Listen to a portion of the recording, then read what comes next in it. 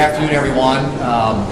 Last Thursday was the 102nd anniversary of the Border Patrol in this country. And as we celebrate 250 years for America, I think it's interesting to also observe that we have had an agency like Customs and Border Patrol defending our borders now for over 100 years. And if you think about what they've done just in this last year, it's pretty remarkable, because what we inherited from the Biden administration was the most open border that we've ever seen. Literally millions of people pouring across the border literally every single year illegally. And in a year's time, Border Patrol has completely cleaned that up to the point as it was the month of April, there was an entire year where there hadn't been a single illegal released into the country. And so a truly remarkable record and a tribute to the men and women, the dedicated men and women who make the Border Patrol work. And Rodney Scott, the commissioner, has said that the mission of the Border Patrol has never changed. What has changed is that now their members, their agents are able to do their jobs, the jobs that they lawfully we ask them to do. And so tremendous change from one administration to the other. Literally the time span of a year, Border Patrol has done just a truly incredible job of securing our southern border. And that's what we are committed to doing as Republicans here in the Senate. And as we move forward on the Secure Borders Act this week, intend to ensure that law enforcement, both ICE and CBP, have the resources they need to carry out the responsibilities that they are given by the American people. And I believe the American people are on our side on this issue. They do not want to defund the police. They don't want open borders. Those are Democrat policies. Republican policies should have the back of law enforcement to ensure they have the resources, the personnel, the technology, everything they need to keep our border secure and to ensure that our nation's laws are enforced so that our communities in this country can be safe and secure for the people who live here, for our families. Questions? Are Republican senators satisfied with the Justice Department saying this anti-weaponization fund is done? Would you try reconciliation? Would they insist on ongoing safeguards? Or is that sidetracking them this week to do reconciliation? We had a quite robust conversation about that just now.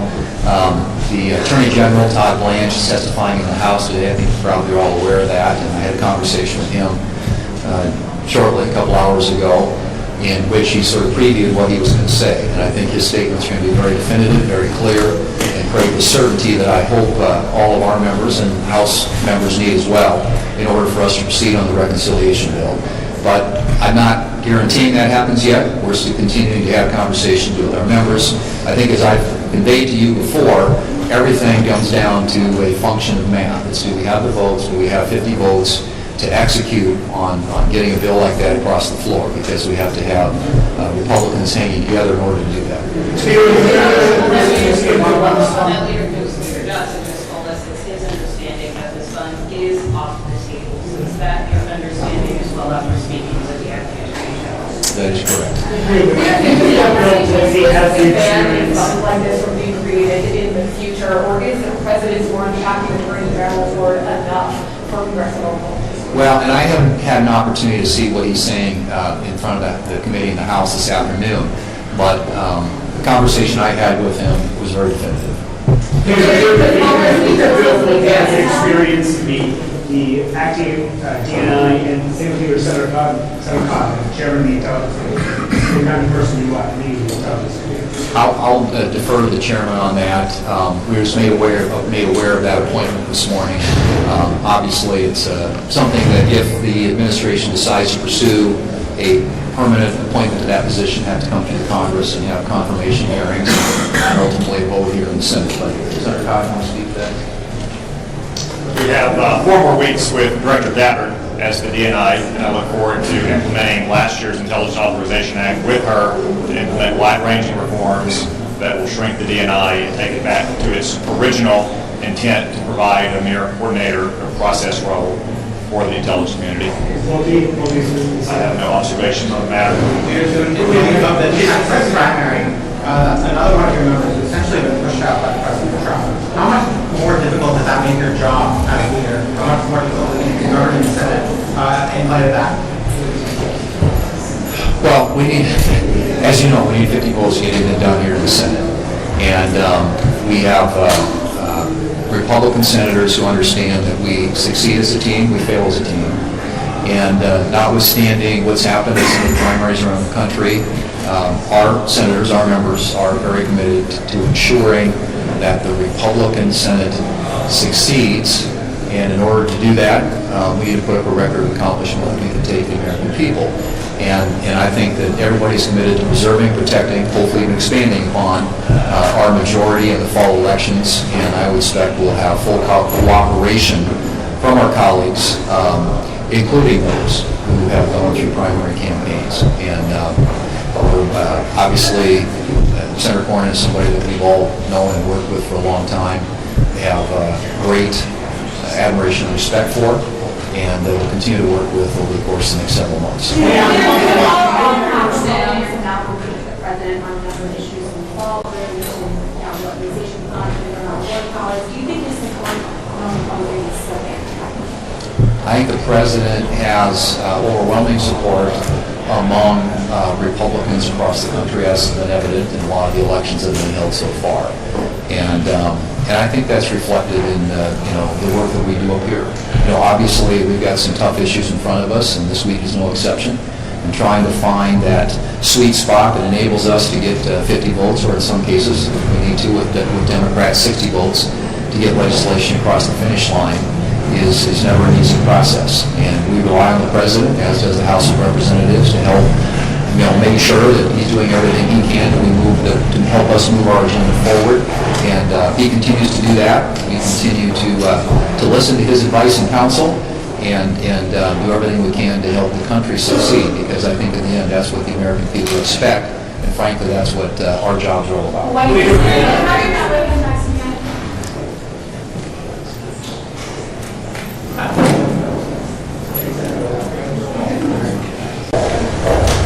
Okay, I'm proud to be joined by my colleague Jeff Merkley, and thank him for being here.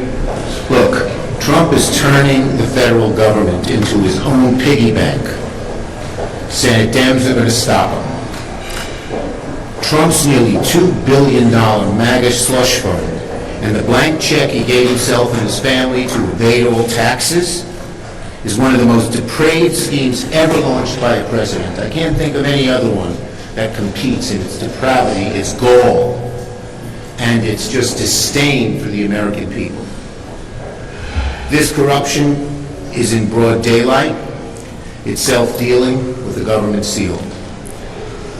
Trump sued his own government, had his own Justice Department settle the case, and is now trying to use taxpayer dollars to pay off his MAGA allies, billionaire buddies, and copying insurrectionists.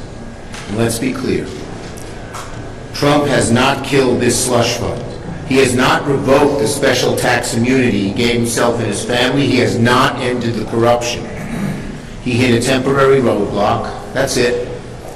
Any toothless promise by Trump is worthless. His promises are worthless. The only way to end this scheme is abolish it by law. And that's what we, Democrats, will fight to do. If Republicans bring their reconciliation bill up this week, the very first amendment I will offer will be to ban Trump's slush funds permanently and revoke his family's free reign to commit tax fraud forever. Trump doesn't get to make off with at least $100 million his family owes on unpaid taxes. He doesn't get to use your tax dollars to pay off MAGA insurrectionists. If Republicans are really concerned about Trump's corruption, then prove it. Support the amendment to ban the slush fund and Trump's blank check to commit tax fraud.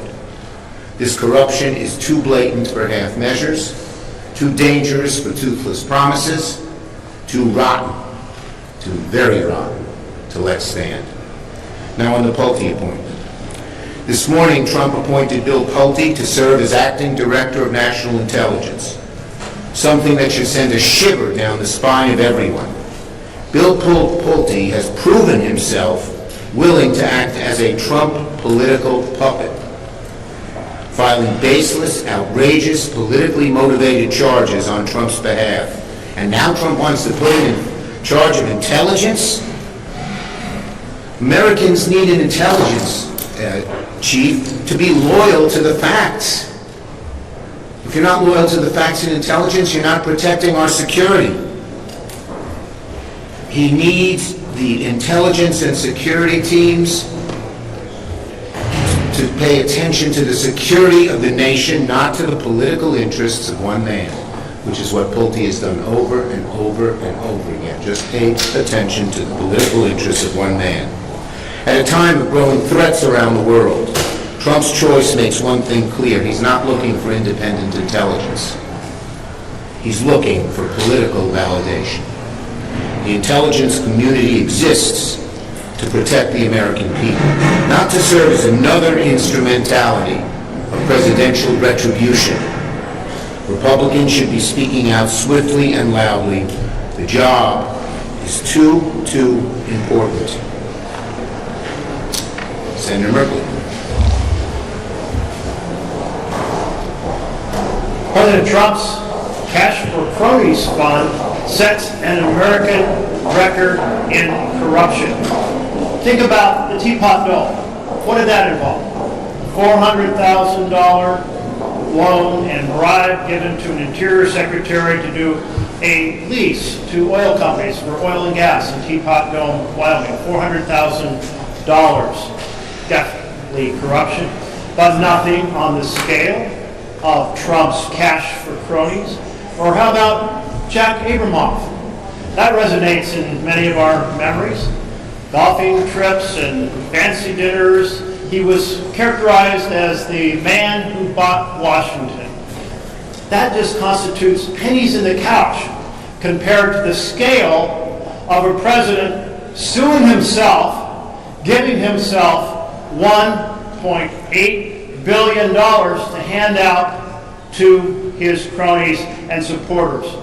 You know, I asked the acting Attorney General about the structure he was setting up for this fund.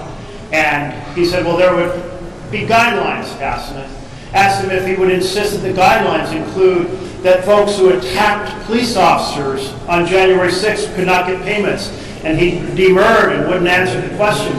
I asked if he'd just encourage those who would be on this group of five that would control this fund, or whether they would set guidelines to ensure people who had hurt, injured, assaulted police officers would not be funded. And again, he refused to answer.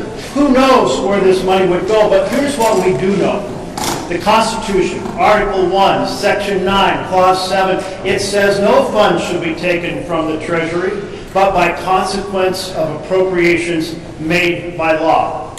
And yes, there is a law that allows a modest fund to be used by the administration, any administration, for settlements, but settlements conducted according to set rules that defy corruption. And this breaks all the rules, suing yourself and delivering yourself $1.8 billion. So we will do everything we can to put a stake through the heart. I mean, this isn't just a corrupt act, it's a symbol of the corruption that this administration has engaged in time and time and time again. Corruption that's driving up costs for all Americans. Corruption that's creating cynicism for our children about the future of our democratic republic. And we've got to end it, and we will. Thank you. Yes, right there. Right here, this young man. On Graham Platinum, are you satisfied with the explanations he's given for the controversies his campaign has faced right now? Are you concerned about what we've heard? I met with Graham Platinum today. We're going to beat Susan Collins and take back the Senate. So you're saying that Dan Mills, your preferred candidate, has been rabid that she should get back in. You're standing behind Graham Platinum, he's clear here? We're going to beat Susan Collins and take back the Senate. Yes. Does Democrats taking behind Graham Platinum, does that hurt their credibility in attacking Ken Paxton? We're going to take that. We're going to beat Susan Collins and take back the Senate. Any other subject you got? Any other subject? Yes. Yes, you right there.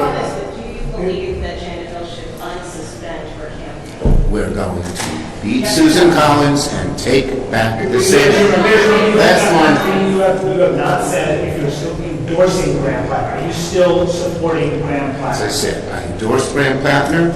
We're going to beat Susan Collins and take back the Senate. Thank you. Do you have any concerns